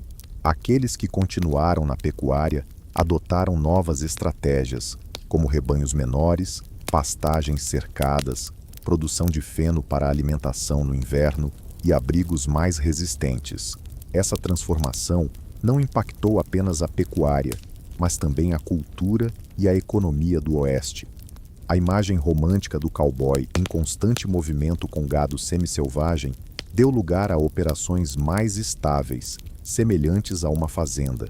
As últimas grandes movimentações de gado ocorreram no início da década de 1890. Em 1900, as ferrovias já haviam se expandido o suficiente para tornar essas conduções desnecessárias, e as terras cercadas tornaram-se inviáveis em muitas regiões. Depois de cuidar dos seus animais, você levanta os olhos para o céu interpretando os sinais do tempo. O azul claro e frágil indica que o frio deve persistir. Porém, há uma camada fina de nuvens se aproximando do oeste que pode trazer mudanças mais tarde. Por enquanto, é seguro o suficiente para iniciar aquele projeto ao ar livre que você vem procrastinando. Talvez consertar uma cerca danificada, cortar mais lenha ou limpar a neve de um caminho. O trabalho de inverno na fronteira exigia um planejamento cuidadoso. As tarefas mais árduas eram realizadas durante as horas mais quentes do dia, geralmente entre 10 horas e 14 horas. O ritmo do trabalho era controlado para evitar o suor excessivo, que poderia congelar na pele assim que a atividade parasse. E tudo tomava mais tempo do que nas estações mais amenas. As camadas de roupas dificultavam o movimento, a neve criava obstáculos e dedos frios e rígidos lutavam para realizar tarefas delicadas. No entanto, o inverno também trazia suas próprias oportunidades. Algumas atividades, como a extração de madeira, eram na verdade mais simples durante os meses frios. O solo gelado tornava mais fácil arrastar troncos pesados para fora da floresta, enquanto a neve criava uma superfície escorregadia ideal para os trenós carregados de madeira. Durante o inverno, antes da era da refrigeração, a colheita de gelo era uma atividade vital. Trabalhadores cortavam blocos de lagos e rios congelados, armazenando-os em casas de gelo especialmente construídas, onde eram isolados com serragem ou palha. Esses blocos de gelo se mantinham bem até o verão, garantindo um resfriamento essencial para conservar alimentos e até mesmo para delícias como o sorvete. O inverno também era a temporada perfeita para armadilhas. As peles dos animais atingiam seu máximo em espessura e valor nos meses mais frios. Para muitas famílias que viviam na fronteira, a renda obtida com a captura no inverno podia ser a diferença entre sobreviver ou prosperar modestamente. Ao meio-dia, você havia avançado bem em seu trabalho ao ar livre. O esforço físico o mantinha aquecido, mesmo com o ar gélido, mas já era hora de uma pausa e um lanche. Você retorna à sua cabana, onde o fogo foi cuidadosamente mantido aceso, garantindo calor com o mínimo de combustível durante sua ausência. O almoço poderia ser algo simples, talvez um pedaço de pão com queijo ou um ensopado aquecido no fogão. As refeições de inverno na fronteira eram bem diferentes das do verão. Frutas e legumes frescos eram raridade, a menos que você tivesse acesso a um vendedor de raízes excepcional ou um bom sistema de conservação de alimentos. As refeições eram compostas principalmente de grãos armazenados, farinha, feijão, arroz, batatas e carnes preservadas, com pouca diversidade em comparação a outras estações. Essa rotina alimentar monótona contribuía para um problema comum no inverno conhecido como febre da cabana. A combinação de falta de vitaminas, tédio, confinamento e isolamento podia resultar em irritabilidade, letargia e até mesmo questões mais sérias de saúde mental. Os povos indígenas desenvolveram métodos para combater esses efeitos. Muitas tribos colhiam plantas ricas em vitaminas, como o fruto da rosa, no outono, e as preservavam para o inverno. Além disso, mantinham vivos os calendários sociais durante os meses frios, organizando cerimônias, jogos e sessões de contação de histórias que mantinham as comunidades unidas e ativas, apesar do confinamento. Os colonos também adotaram algumas dessas práticas e criaram suas próprias tradições para enfrentar o isolamento do inverno. Encontros de costura, danças no celeiro, reuniões na igreja e sociedades literárias contribuíam para manter a saúde mental por meio da conexão social. As famílias instituíram rituais noturnos de leitura em voz alta, música ou jogos para combater o tédio. A educação se tornava especialmente relevante durante os meses de inverno, quando as crianças não podiam ajudar nas atividades agrícolas ao ar livre. Muitas escolas na fronteira funcionavam principalmente no inverno, fechando durante o plantio e a colheita, quando as crianças eram necessárias nos campos. Para as famílias mais distantes de escolas formais, o inverno se transformava em um período de aprendizado concentrado em casa, onde as crianças eram ensinadas a ler, escrever, calcular e desenvolver habilidades práticas para a vida na fronteira. À medida que a tarde avança, uma mudança sutil no clima se torna aparente. As nuvens altas que você notou antes se tornaram mais densas e baixaram, criando um teto cinza que obscurece a já tênue luz do sol de inverno. O vento muda, agora soprado do sul, trazendo uma brisa ligeiramente mais quente, mas com umidade que se sente contra a pele. Esses sinais indicam que o clima pode estar se alterando, embora se a primavera se aproxima ou se teremos mais uma tempestade de inverno, ainda é incerto. Você aproveita as últimas horas de luz para se preparar para qualquer eventualidade. Mais lenha é empilhada próxima à cabana, caso outra tempestade dificulte a saída. Os recipientes de água são preenchidos, prontos para o que vier. A comida é preparada para ser consumida fria, se necessário. Embora essas precauções possam parecer exageradas no nosso mundo atual, repleto de tecnologias confiáveis e previsões meteorológicas, na fronteira, essa atenção aos detalhes era apenas uma questão de bom senso. Quando a escuridão chega mais cedo do que em regiões mais ao sul, você acende sua lâmpada ou vela e se acomoda para a noite. A luz artificial era um recurso muito valioso nas regiões fronteiriças. As velas, frequentemente feitas em casa, eram confeccionadas a partir de sebo, gordura animal derretida ou cera de abelha, quando disponível. As lâmpadas a óleo utilizavam óleo de baleia, querosene ou outros combustíveis que podiam ser caros ou difíceis de encontrar. Assim, muitas famílias se adaptavam ao ciclo da luz natural, acordando com o sol, dormindo ao anoitecer e usando a luz artificial somente quando realmente necessário. Essa queda precoce da noite resultava em longas horas escuras, especialmente no inverno. O que se fazia durante esses períodos dependia dos recursos, educação e tradições de cada família. A leitura era uma prática comum entre aqueles que sabiam ler e possuíam livros ou jornais, mesmo que estes últimos chegassem com semanas ou meses de atraso nas propriedades mais isoladas. O artesanato prosperava nas noites frias. Entalhe, costura, tricô, patchwork e tecelagem não eram apenas passatempo, eram formas de produzir itens essenciais para a casa ou para trocar com os vizinhos. Um artesão habilidoso poderia criar móveis, ferramentas, roupas ou objetos decorativos durante as longas horas dentro de casa no inverno. A música também ocupava um lugar especial nas noites. Mesmo os lares mais simples podiam ter um violino, uma gaita ou uma flauta de bolso. Cantar não precisava de instrumentos e era uma atividade que todos podiam desfrutar.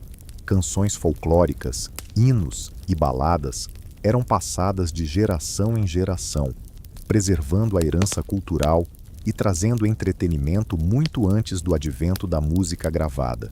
A arte de contar histórias florescia nas noites de inverno. As famílias compartilhavam relatos sobre suas origens, recontavam eventos históricos ou simplesmente criavam narrativas para entreter uns aos outros. Essas tradições orais tinham diversos propósitos: entretenimento, educação, transmissão cultural e fortalecimento dos vínculos familiares. Para as comunidades indígenas, o inverno era a época ideal para contar determinadas histórias sagradas. Muitas tribos seguiam tradições que diziam que certos contos só podiam ser narrados quando a neve cobria o chão, trazendo um ritmo sazonal à sua literatura oral, que se harmonizava com os ciclos da natureza. Sua própria noite poderia incluir qualquer uma dessas atividades, dependendo de sua bagagem e recursos. Quem sabe você leia à luz da lamparina por uma hora, conserte roupas que se desgastaram com as tarefas do dia, ou simplesmente se sente próximo ao fogo, planejando as atividades do dia seguinte ou relembrando os invernos passados. Os sons de uma noite de inverno na fronteira eram únicos. O crepitar do fogo, o ocasional movimento das toras nas paredes da cabana enquanto se ajustavam ao frio, o uivo distante de um lobo ou coiote e o sussurro constante do vento ao passar por cada obstáculo. Esses sons criavam uma música própria que ouvidos modernos, acostumados ao ruído contínuo da tecnologia, poderiam achar intrigante ou profundamente reconfortante. Quando a hora de dormir se aproxima, você alimenta o fogo para a noite, organizando com cuidado as brasas e a lenha que ainda restam, cobrindo-as com cinzas para que fumeguem lentamente até o amanhecer. Essa técnica, aperfeiçoada com o tempo e, por vezes, adquirida através de experiências difíceis, podia ser a chave para uma boa noite de sono. Acordar em uma cabana que estava apenas fresca era bem diferente de despertar em uma que se tornara um verdadeiro gelo, com o fogo já extinto. Agora, a cama te chama. Uma estrutura simples de madeira, com um colchão de palha que, embora não se compare aos modernos modelos com pillow top, se torna extremamente aconchegante após um dia de trabalho árduo. As cobertas, aquecidas pela proximidade do fogo, estão organizadas em camadas, talvez com lã na parte de baixo, em contato com a pele, e cobertores mais pesados por cima. Você pode aquecer pedras envolvidas em pano e colocá-las aos pés da cama, ou usar jarros com água quente para o mesmo fim. Esses objetos iriam irradiar calor por horas, dissipando o frio intenso e facilitando o sono, ao invés de fazer você tremer na primeira hora. Na fronteira, o sono tinha um ritmo diferente.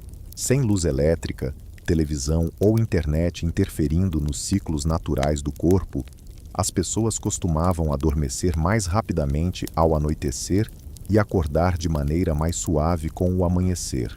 O inverno trazia longos períodos de sono, equilibrando os dias curtos e ativos do verão. Esse padrão natural, respeitando as estações em vez de lutar contra elas, pode ter contribuído para uma saúde melhor, apesar das adversidades da vida na fronteira.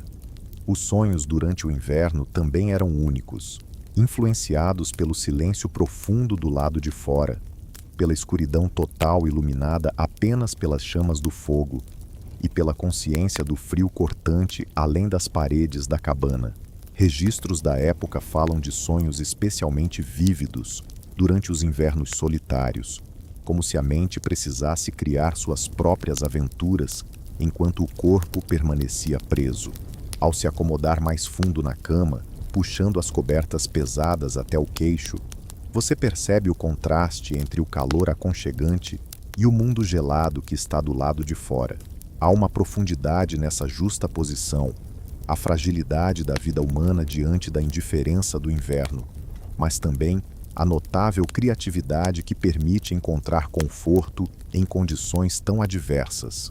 Seu corpo se sente deliciosamente pesado, cada músculo liberando a tensão acumulada do dia, enquanto você respira lenta e profundamente. As preocupações da sobrevivência, a vigilância constante, o trabalho físico e o planejamento cuidadoso se dissipam durante essas horas de descanso. Amanhã trará novos desafios, mas agora há apenas esse momento de tranquilidade. Do lado de fora, a noite se aprofunda. Talvez a neve comece a cair novamente, flocos suaves e silenciosos que se acumulam, sem o vento forte de uma verdadeira tempestade. Ou talvez o céu se abra, revelando estrelas em quantidade que os habitantes das cidades modernas mal conseguem imaginar. Sua luz fria refletindo na neve, criando um brilho que torna a meia-noite mais iluminada do que muitas tardes atuais.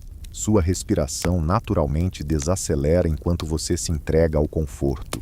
A cabana estala suavemente, acomodando-se no frio, um som tão familiar que se tornou uma canção de ninar.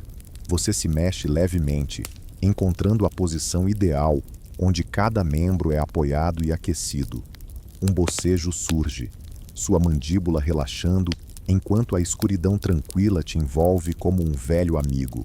O peso das cobertas te pressiona suavemente contra o colchão, uma pressão reconfortante que lembra a segurança nesta terra selvagem e fria.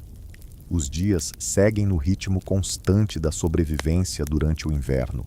Do lado de fora da sua cabana na fronteira, a paisagem permanece transformada pela neve e pelo gelo, mas mudanças sutis começam a se revelar para aqueles que sabem como percebê-las. A luminosidade do dia vai se intensificando de forma sutil, estendendo-se por mais tempo a cada jornada. A neve, por sua vez, assume texturas variadas à medida que as temperaturas oscilam. Em certos momentos, forma uma crosta resistente capaz de suportar peso. Em outros, se transforma em uma umidade densa que gruda nas botas e nas roupas. Esses são os primeiros sussurros da primavera, ainda que o inverno mantenha seu controle. Durante essas semanas de transição, a fronteira pode se revelar desafiadora. Os suprimentos de alimentos, meticulosamente racionados durante os meses frios, começam a se esgotar. Tanto humanos quanto animais se sentem exaustos do confinamento, e o clima, por si só, se torna volúvel. Frio intenso se alterna com breves períodos de calor, que transformam a neve em lama traiçoeira antes de congelar novamente. Nesta manhã, você acorda com um som inesperado, o gotejar constante que vem do beiral da sua cabana. A temperatura subiu durante a noite, ultrapassando ligeiramente o zero pela primeira vez em semanas. Do lado de fora, a neve agora exibe uma superfície úmida e brilhante, refletindo a luz do sol com uma intensidade quase ofuscante. O ar também traz uma sensação diferente. Frio ainda, mas com uma umidade que prenuncia mudanças.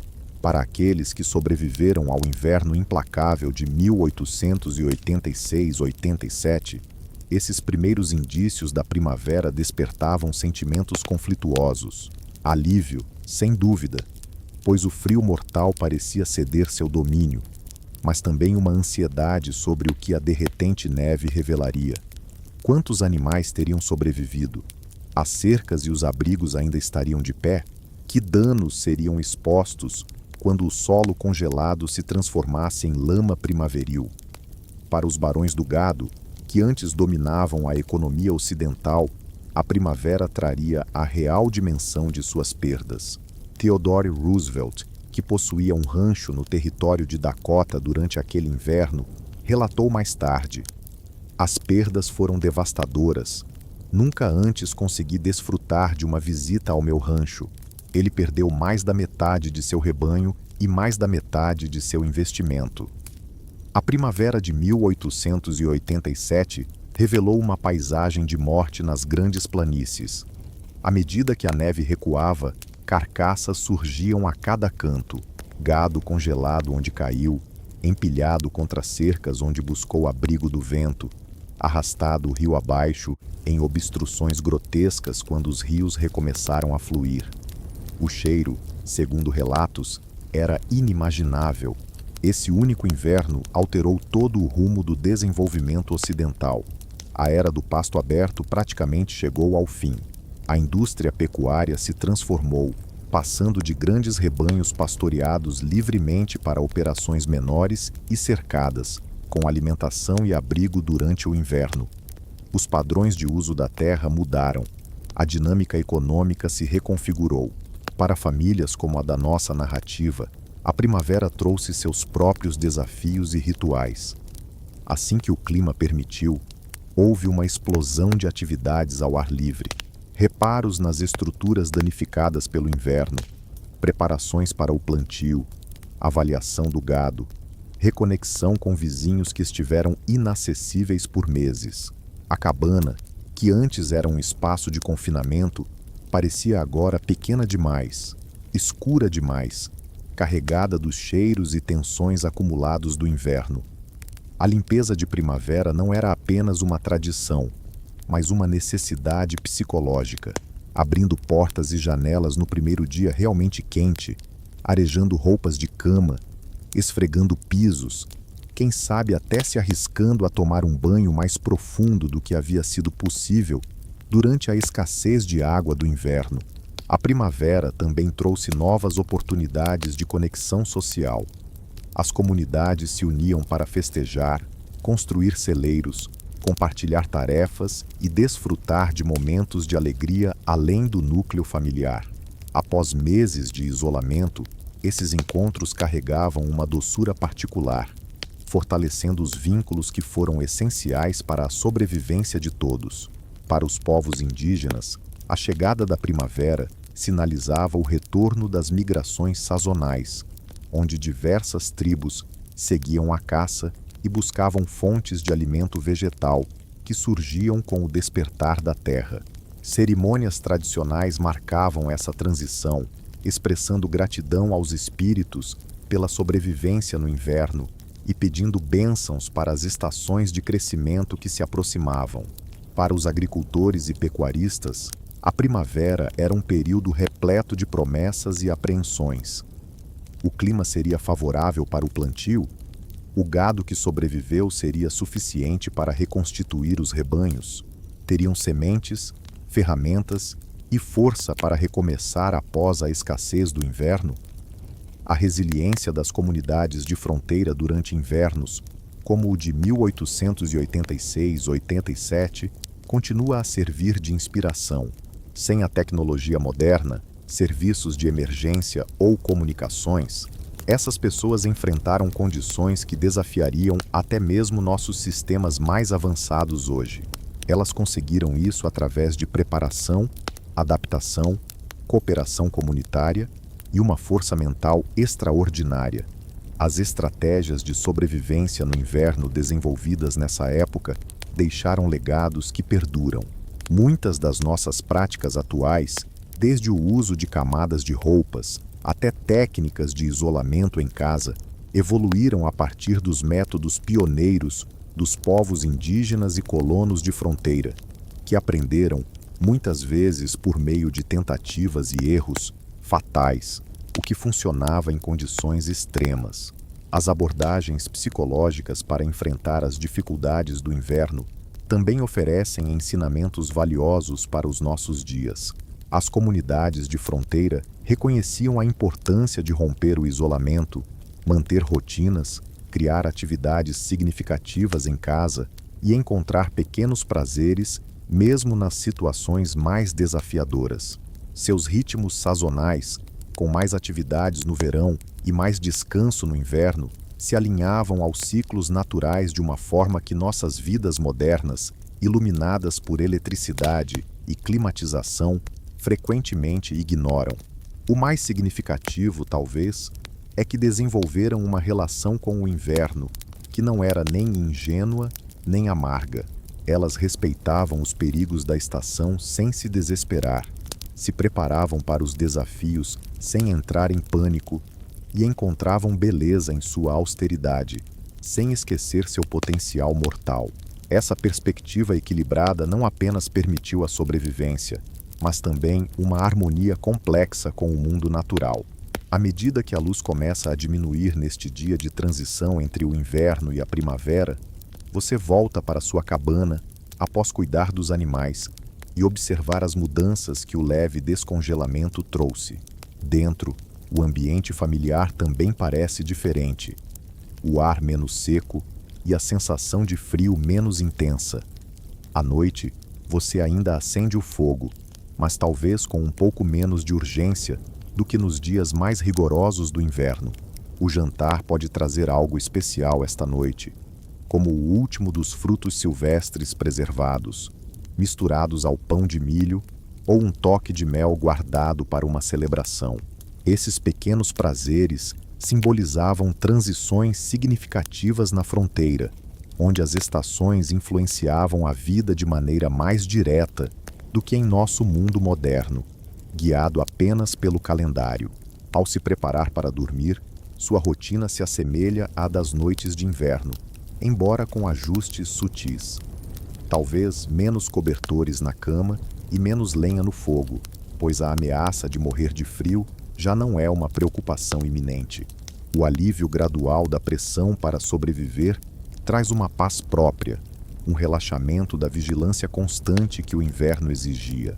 Você se acomoda na cama, sentindo o aconchego familiar do colchão de palha que tem abraçado seu corpo durante meses de noites geladas.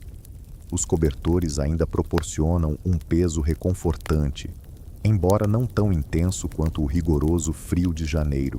Do lado de fora, os pássaros noturnos voltaram, com seus chamados esporádicos, sinalizando mais uma mudança de estação. Neste instante silencioso, entre estar acordado e adormecer, você reflete sobre o inverno que está se esgotando, os desafios enfrentados, as habilidades aprimoradas e a compreensão mais profunda que você ganhou sobre a resiliência humana e o poder da natureza. Há um sentimento de orgulho em ter suportado, satisfação por ter resolvido problemas e gratidão pela comunidade que tornou possível a sobrevivência, além da esperança pelos dias ensolarados que se aproximam. Esse ciclo das estações, cada uma trazendo seus próprios perigos e bênçãos, seu esforço e descanso, moldou a vida na fronteira de formas que muitas vezes esquecemos. Os modernos norte-americanos, em sua maioria, não organizam suas vidas em torno do clima ou das horas de luz. Criamos ambientes artificiais que permanecem em grande parte constantes, independentemente das condições externas. Isso, sem dúvida, trouxe vantagens, mas talvez também nos desconectou dos ritmos que moldaram a experiência humana ao longo da maior parte da nossa história. As lições dos invernos de 1886-87 continuam relevantes, não apenas como curiosidades do passado, mas como sabedoria prática para enfrentar desafios além do nosso controle. Os colonos da fronteira e os povos indígenas que superaram condições extremas fizeram isso através de uma combinação de preparação, reunindo recursos durante períodos de abundância e desenvolvendo habilidades antes que se tornassem essenciais. Eles criaram sistemas que podiam resistir ao estresse, adaptação, ajustando práticas com base nas condições locais, em vez de se apegar a métodos familiares, mas inadequados, aprendendo com a experiência e a observação, mantendo-se flexíveis quando as circunstâncias mudavam, compartilhando conhecimento, recursos e trabalho em comunidade, cuidando dos membros mais vulneráveis, mantendo laços sociais, mesmo em meio ao isolamento físico, compreendendo que a sobrevivência individual depende do bem-estar coletivo. Força mental, desenvolvendo rotinas que favoreciam a saúde emocional, encontrando significado nas adversidades, mantendo a esperança sem ignorar a realidade, equilibrando a aceitação das condições com uma resolução ativa para resolver problemas. Essas mesmas qualidades nos ajudam a enfrentar nossos próprios desafios contemporâneos, embora se manifestem de maneiras diferentes em um mundo transformado. Enquanto você descansa em sua cama na fronteira, essas reflexões flutuam na sua mente como a fumaça suave do fogo que você alimentou. Gradualmente, porém, o cansaço do dia e o calor do ambiente começam a acalmar seus pensamentos. Sua respiração se torna mais lenta e profunda. Seu corpo recorda o árduo trabalho de sobreviver ao inverno, cortar lenha, coletar fezes de búfalo, abrir caminhos na neve profunda, os constantes movimentos pequenos para se manter aquecido. Agora, na segurança relativa da sua cama, cada músculo pode finalmente relaxar. Começando pelos pés, um peso agradável se espalha por todo o corpo. Seus dedos, que passaram meses encolhidos contra o chão frio e a terra congelada, agora podem se estender e relaxar completamente. As solas dos seus pés, fortalecidas pelo trabalho, mas sensíveis ao contraste entre o frio e o calor, repousam confortavelmente contra a cama. Seus tornozelos, que o sustentaram na neve e no gelo durante todo o inverno, finalmente podem soltar a tensão. O alívio se move para cima, alcançando suas panturrilhas e joelhos. As pernas que o carregaram por tempestades e nevascas agora podem descansar plenamente. Seus músculos das coxas, poderosos e dedicados, finalmente se rendem ao colchão que os acolhe. Quadris e lombar, frequentemente tensos devido aos movimentos desajeitados do inverno e ao peso que suportaram, se afundam confortavelmente na cama. Cada vértebra parece suspirar aliviada à medida que se ajusta, recebendo o suporte adequado. Seu abdômen relaxa e a respiração flui com facilidade, livre da tensão do frio e do medo que costumava restringi-lo. A cada respiração profunda e lenta, você se entrega ainda mais ao conforto. Seu peito se expande e contrai em um ritmo sereno, com o coração pulsando forte, porém calmo, dentro de você. Os ombros, que suportaram tantas cargas, tanto literais quanto emocionais, finalmente encontram a liberdade. Eles se alargam e se suavizam, afundando na cama aconchegante. Seus braços tornam-se pesados ao seu lado, e as mãos que estiveram cerradas contra o frio agora se abrem, com os dedos se estendendo em uma posição de descanso. A parte de trás do seu pescoço se alonga levemente enquanto a tensão derrete, e sua mandíbula, frequentemente rígida, relaxa. A língua repousa tranquila, os lábios se soltam, e os pequenos músculos ao redor dos olhos liberam sua vigilância.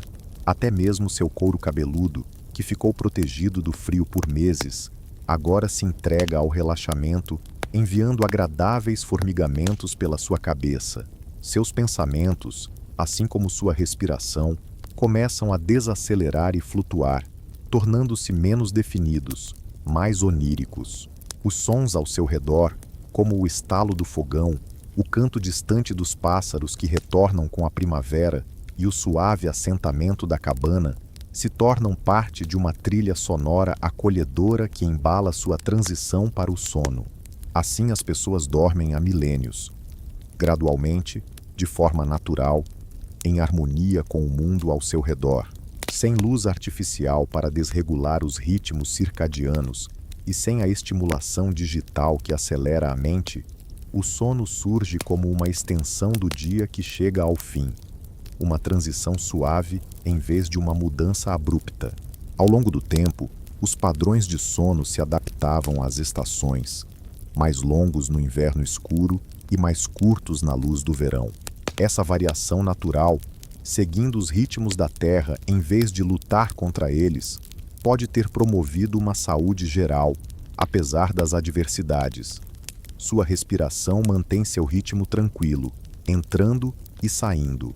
Cada expiração leva você ainda mais fundo no relaxamento, enquanto cada inalação traz uma nova paz, substituindo qualquer alerta. Sua consciência começa a se fragmentar. O pensamento lógico cede espaço a um suave caleidoscópio de imagens e sensações pré-sonho.